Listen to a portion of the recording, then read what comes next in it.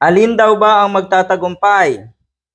Yung maitim na balak ng mga kababayan natin na nasa paligid ng mga Duterte na sadyang namumuhay sa kasamaan at kawalang hiyaan? Nako, hindi yan magtatagumpay. Sa tingin ko, totoo naman, nagtagumpay sila na mailuklok si Digong. Pero hanggang doon na lang yun. Konting tagumpay, totoo, patitikimin kayo ng tagumpay ng pagkakataon. Pero sa bandang huli, lahat yan ay babalik at babalik na matinding karma. At yan na po ang nararanasan ngayon ng mga Duterte. Ako'y naniniwala rin na unti-unting nalalagay sa ayos ang ating bansa. Kapanipaniwala rin na lahat ng binaluktot ng mga Duterte ay siguradong itutuwid ng nasa Malacanang ngayon. Yaan ang kanyang ginagawa sa tama at legal na proseso. Dalawa daw kasi ang posibleng ihain na impeachment complaint sa darating or ngayong taon.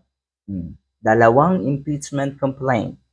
At ang isa, alam na natin, sa February, siguradong nakaabang na yung mga grupo na magsasampa uli ng impeachment complaint laban kay Sara Duterte.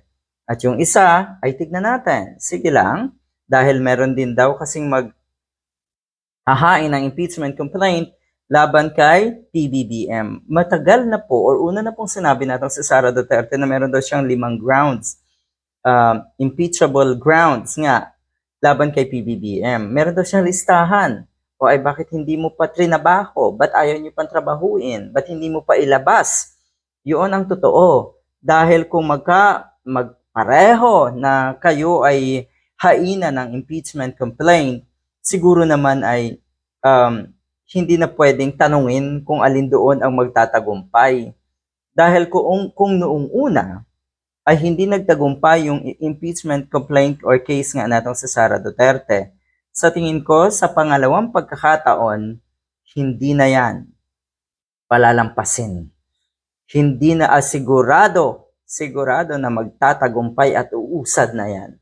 Kung ano man yung inyong complaint laban sa nasa Malacanang, good luck. Ang madalas sabihin natin sa Sara Duterte na kuno ay dapat laging may basihan.